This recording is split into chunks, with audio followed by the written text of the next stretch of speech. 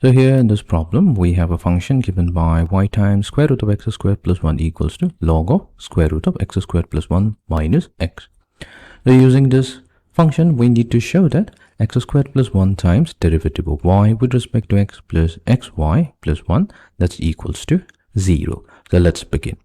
So what we'll do, we'll consider our given function. So here we have y times square root of x squared plus 1. This will be equals to natural log of square root of x squared plus 1 minus x. So there are several ways of performing this problem. Though we can straight away take the derivative on both sides with respect to x, because all we have to do is find out derivative of y with respect to x. But what I'll do, I'll try to go in a different way. I'll make use of trigonometry to simplify this expression as given in equation number 1. So if we consider x to be equals to tangent of theta, then we have y times square root of tangent squared theta plus 1. This will be equals to natural log of square root of tangent squared theta plus 1 minus tangent of theta. Now, we know that there is an identity 1 plus tangent squared theta, so that's equals to secant squared theta. That means if we take the square root on both sides, then square root of 1 plus tangent squared theta, that will be equals to secant theta. We're taking the positive square root here. That means we have y times secant theta, which is equals to natural log of secant theta minus tangent theta. Well, let's call it number 2. The whole idea of taking this making this trigonometric substitution, x equals tangent of theta, we were able to get rid of the radical sign. So this will make taking the differentiation a little bit easier. Now let's take the derivative. So here we have derivative. We'll take the derivative with respect to x. The derivative with respect to x of y times secant of theta, which will be equals to derivative with respect to x of natural log of secant of theta minus tangent of theta. Right. Let's perform the derivative. Now here we'll have to use the product rule. So derivative of y secant theta will be derivative of y with respect to x times secant theta plus y times derivative with respect to x of secant theta, which will be equals to, now we have to take derivative of the logarithmic function. Here we'll make use of the fact that whenever we have derivative of natural log of u with respect to u, that's given by 1 over u. So our value will be 1 over secant theta minus tangent theta. But since we have secant theta minus tangent theta, we'll have to use the chain rule. So we'll multiply it to derivative with respect to x of secant theta minus tangent theta. The derivative of y with respect to x multiplied to secant theta plus y times derivative of the secant function is secant theta times tangent theta times, now since here we have a theta, we'll have to also multiply to derivative of theta with respect to x, which will be equals to 1 divided by secant theta minus tangent theta. Let's take the derivative of secant theta minus tangent theta. So we have derivative of secant theta, which is secant theta times tangent theta. But we'll have to use the chain rule. So this will get multiplied to derivative of theta with respect to x minus derivative of tangent theta is secant squared theta multiplied to derivative of theta with respect to x. Further simplification will now give us, we have derivative of y with respect to x times secant theta plus y times secant theta times tangent theta multiplied to derivative of theta with respect to x.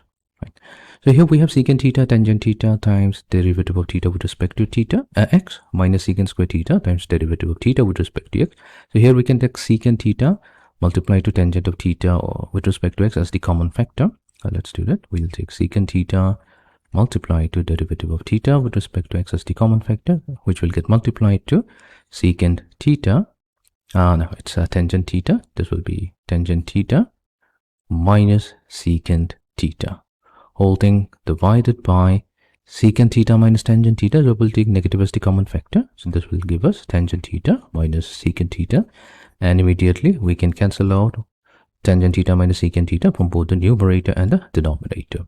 So that now gives derivative of y with respect to x times secant theta plus y times secant theta times tangent theta multiplied to derivative of theta with respect to x equals to minus secant theta times tangent of theta with respect to x.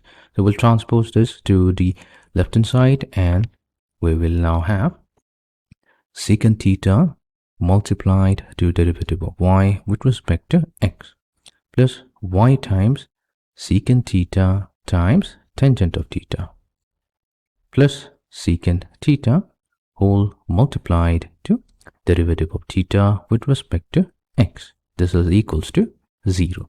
Now let's go back to our original substitution. So we considered value x to be equals to tangent of theta. We have the x equals to tangent of theta. This can be also expressed as x equals to secant squared theta minus 1. We'll take the square root. So we have used the identity. And here, this will be equals to secant theta will be equals to secant square theta minus 1 will be equals to x squared. We have taken the square root on both sides. Such that secant theta is given by square root of 1 plus x squared. Fine. And also since x equals to tangent of theta, so here we can take the derivative on both sides with respect to theta. This is going to help us obtain derivative of x with respect to theta. So we have derivative with respect to theta of tangent of theta, which is actually secant squared theta. Fine. So that means from this expression, we also have secant squared theta, which will be 1 plus x squared. The meaning wherever we have secant squared theta, we'll replace it with 1 plus x squared. So in a way, derivative of x with respect to theta, so that's actually 1 plus x squared. Fine. So let's now substitute all this value into our equation here. So we have secant theta, so that will be square root of 1 plus x squared. Multiply to derivative of y with respect to x plus y times, so here we have secant theta. So secant theta is square root of 1 plus x squared multiplied to tangent theta, which is x, plus secant theta, which is again square root of 1 plus x squared. This is now multiplied to whole multiplied to derivative of theta with respect to x. So we have obtained derivative of x with respect to theta. So derivative of theta with respect to x will be simply the reciprocal 1 over x squared. So this will be equals to 0. Now what we'll do, we will let's take square root of 1 plus x squared as a common factor. So we have square root of 1 plus x squared as the common factor. This will get multiplied to derivative of y with respect to x plus x times y plus 1 multiplied to 1 over 1 plus x squared equals to 0. So this value cannot be equals to 0. So we'll have to derivative of y with respect to x plus xy plus 1 multiply to 1 over 1 plus x squared equals to 0. And finally, we're going to multiply throughout with 1 plus x squared, which is going to give us 1 plus x squared times derivative of y with respect to x plus xy plus 1 equals to 0. And this is exactly what we were asked to prove. So let's check that out. Yep, x squared plus 1 times derivative of y with respect to x plus xy plus y equals to 0. And this is what we have obtained.